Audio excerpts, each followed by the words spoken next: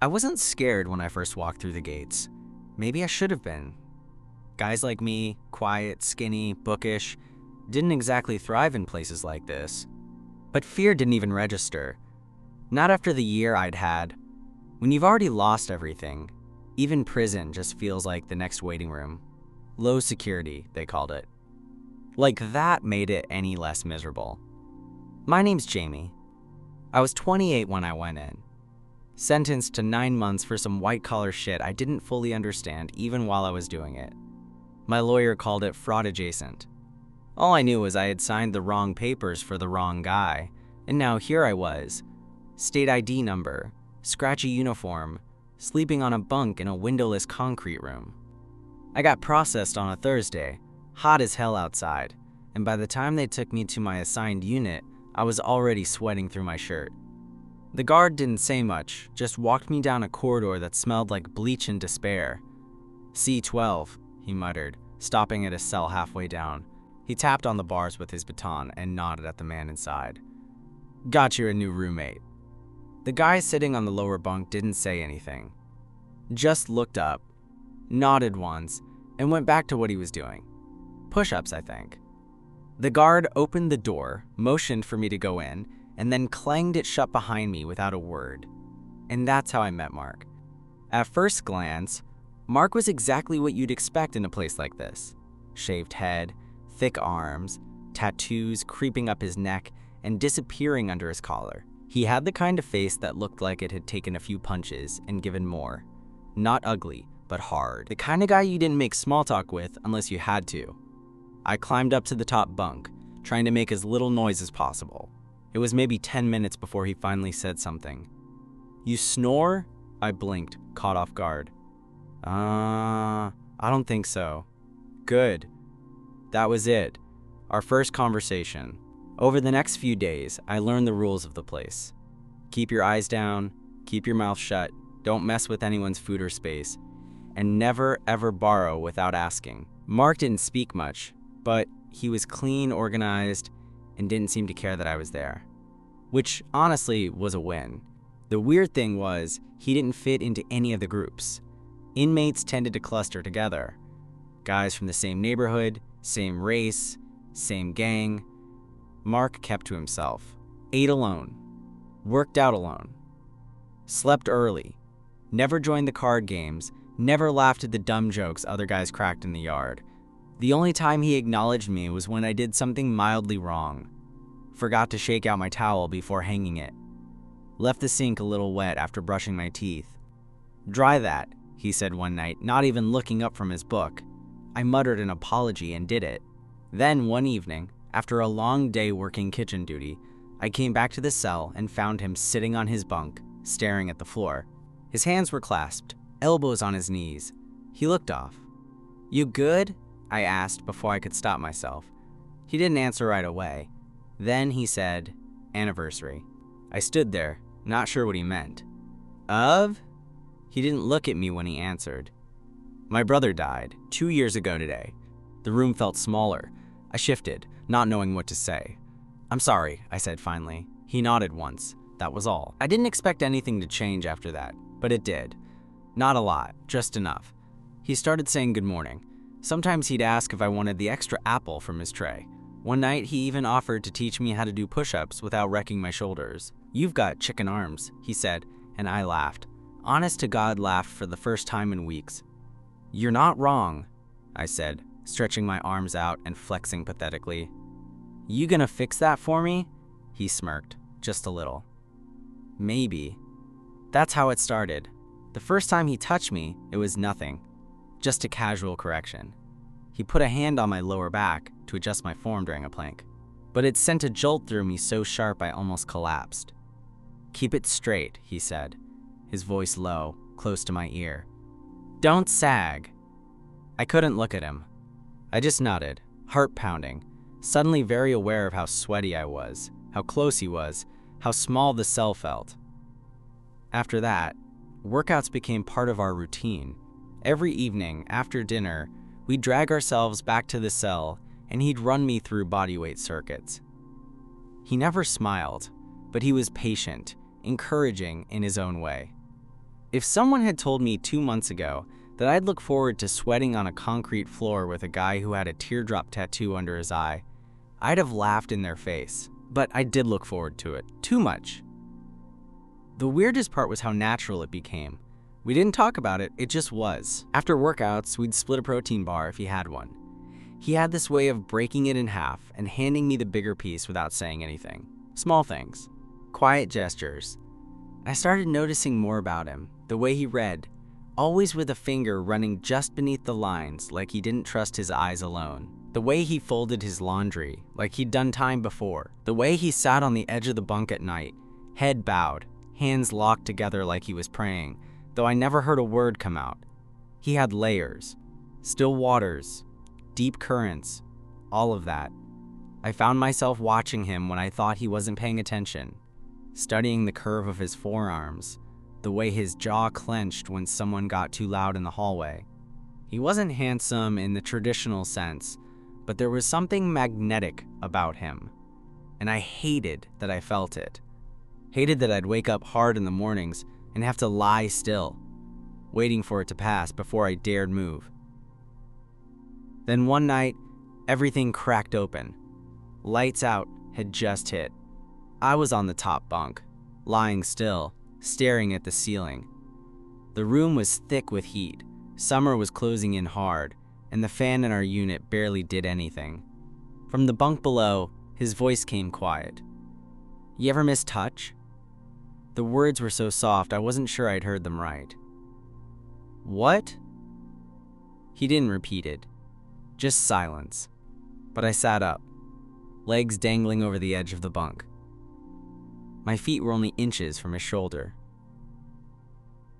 "I do," I said, even though I hadn't meant to. Every day, Mark was lying on his back, staring at the ceiling. His chest rose and fell slowly. After a moment, he shifted, sitting up too. We were both just silhouettes in the dark, two bodies outlined in moonlight slanting through the bars. "I didn't mean it in a weird way," he muttered. "I know." Another beat of silence. Then, "It's just been a long time."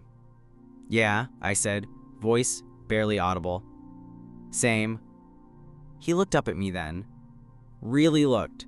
Even in the dark, I could see something flicker behind his eyes. Hesitation, fear maybe, or something rawer than that. I don't know what I expected, but I didn't expect him to stand. He took one step closer to the edge of my bunk, then another. My feet were still hanging there, and he placed his hands on either side of my knees, grounding himself. "You're shaking," he whispered. I was. I hadn't even realized it. I didn't speak. I just let him rest his forehead against my shin for a second. It was the smallest contact, but it was more than I'd had in months. Maybe years, if I was honest. Then he stepped back. "Forget it," he said quickly, already turning away. Forget I said anything. But I didn't want to forget. Not a single second of it. "Mark," I said, "drop it." He snapped, voice rougher now. "Just sleep." I didn't. Not that night. And neither did he. Things didn't go back to normal after that night. They didn't go anywhere at all. Mark went quiet again. And this time, it wasn't the usual quiet. It was cold, distant. He barely looked at me, barely spoke. He still worked out, still kept the bunk clean, but everything about him was locked down, like he'd slammed a door shut inside himself and thrown away the key. It felt like I'd broken something by simply being honest. I spent a lot of time overthinking it, wondering if I'd crossed a line, if I'd made him uncomfortable, if I'd misread all those little moments. The hand on my back, the way he looked at me when he thought I wasn't watching. That night he pressed his forehead to my leg, like he just needed to feel something. I thought there was something there. I was sure of it. But now? Now he wouldn't even meet my eyes. Days passed like that. 1, 2, 5. It was starting to mess with my head. I kept to myself, skipped workouts, stopped trying to make conversation. I just let the silence swallow me up. Then, one night after lights out, I heard his voice again. "You think I'm broken?" I was already half asleep, but those 4 words snapped me upright. I blinked into the dark. "What?" "You heard me," he said, voice low. "You think I'm broken?" I leaned over the side of my bunk, trying to see him in the shadows. He was on his back, staring at the ceiling. "No," I said.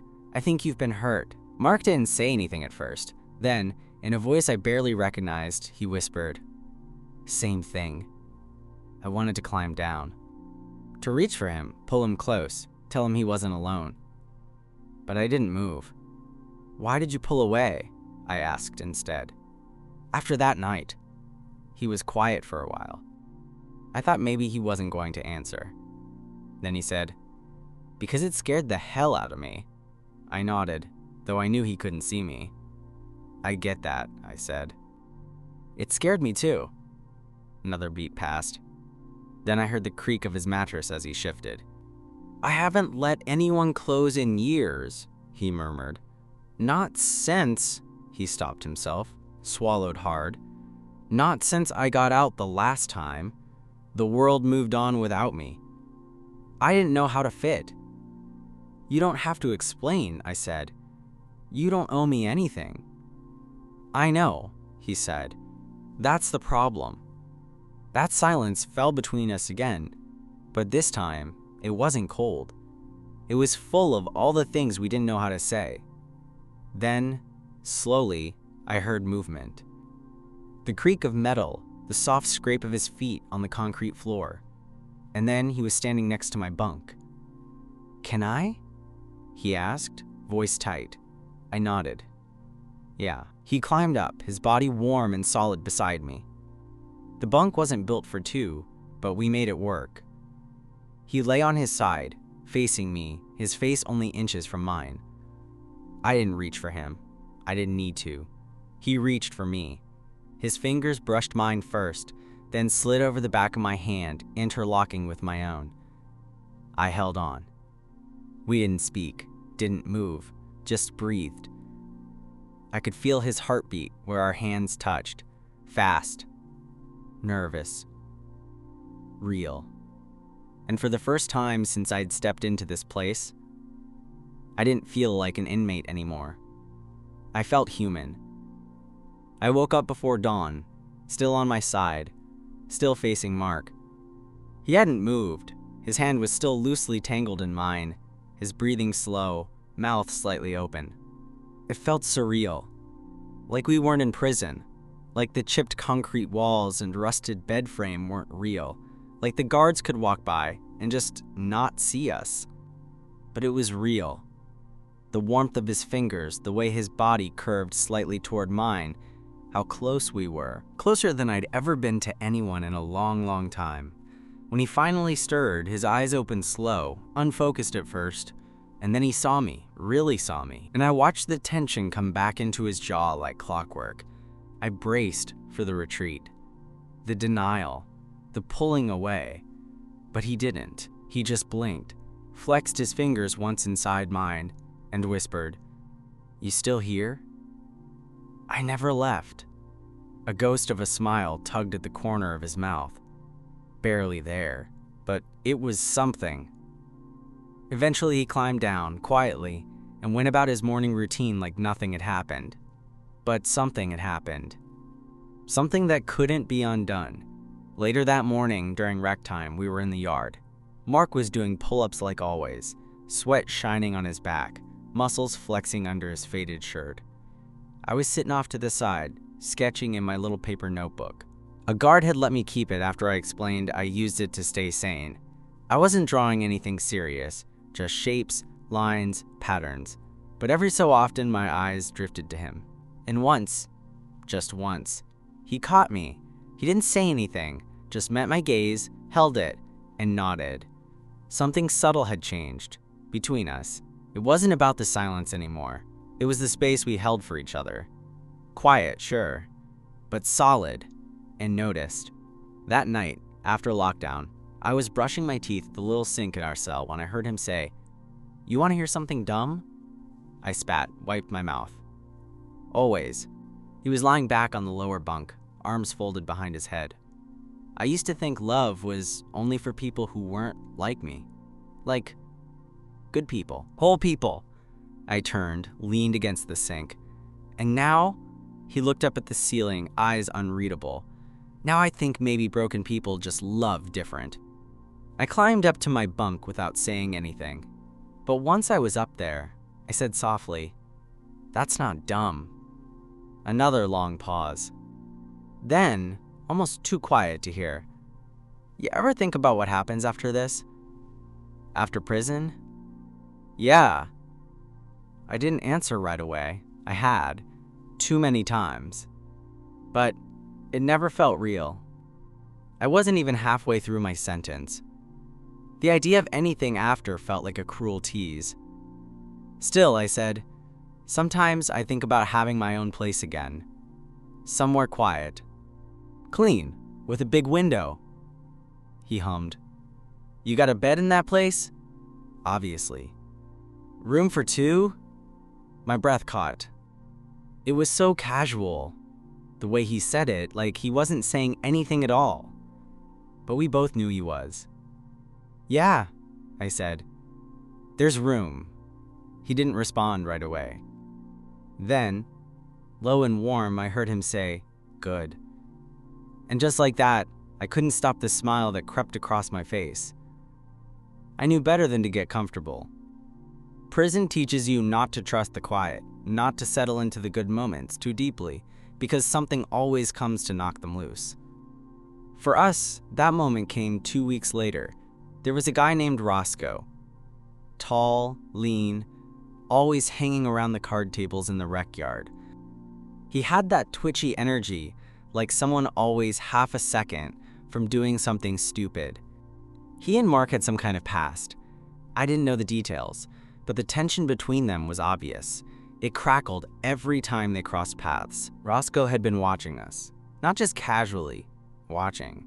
At first I thought I was being paranoid, but then he started making comments, little jabs in the chow line, overheard mutterings in the showers. "Bunkmates getting real close these days. Wonder who's the girl in that situation." Mark ignored it, brushed it off like lint, but I could see his jaw tightening. His workouts got more aggressive. He stopped talking as much again, went back to that shutdown version of himself. I hated it. One afternoon, I was walking back from laundry when Roscoe stepped in front of me. Alone. His voice dropped low. "You and Mark, that a thing, or you just holding onto soap too long?" I tried to sidestep him, but he blocked me again, smirking. "Relax," he said. "I don't care who's bending who. I just think it's cute. Real sweet. You think he's gonna walk out with you one day? Like this is some romance movie?" I didn't answer. "You're gonna get him killed?" Roscoe said, smiling like it was nothing. "Guys like him don't survive soft." I stared at him, fists clenched at my sides, heart thudding in my throat. I didn't even realize Mark was behind me until I heard the thud. One punch. Clean. Right to Roscoe's jaw. The guy dropped like a puppet whose strings had been cut. Mark didn't say a word. He just turned and looked at me, breathing hard. His knuckles were already red. 15 minutes later, we were both in solitary. Solitary was a box. No clock, no sound, just you and your heartbeat and the slow erosion of time. 3 days in, I was starting to lose it, counting scratches on the wall, making up songs in my head just to hold on to something. On the 4th day, a guard finally opened the door and motioned me out. Back in the regular unit, I walked to the cell, half dreading what I'd find. Would Mark be there? Had they moved him? But when I stepped inside, there he was, sitting on the edge of the lower bunk, arms folded across his chest, face blank. He looked up at me, just for a second, then looked away. I sat on the upper bunk, not saying anything. The silence between us felt different this time. Not angry, not afraid, wounded. Later that night, he finally spoke. "I wasn't trying to be a hero." "I know. I saw him in your face. My brother. The way you froze. I looked down at him. He wasn't meeting my eyes. He used to flinch like that when our stepdad came home drunk. My throat tightened. Mark. He shook his head. I told you. Broken. I climbed down slowly, sat beside him. I didn't reach for his hand, I just sat there, shoulder to shoulder. You're not broken, I said. You've just been fighting alone for too long. He turned to look at me. Really look. And then, for the first time since the punch, he reached for me. Slow, deliberate. His fingers slid around mine, warm and firm. Next time, he said, we fight together. After that, we didn't pretend anymore. We still kept it quiet. This was prison, after all.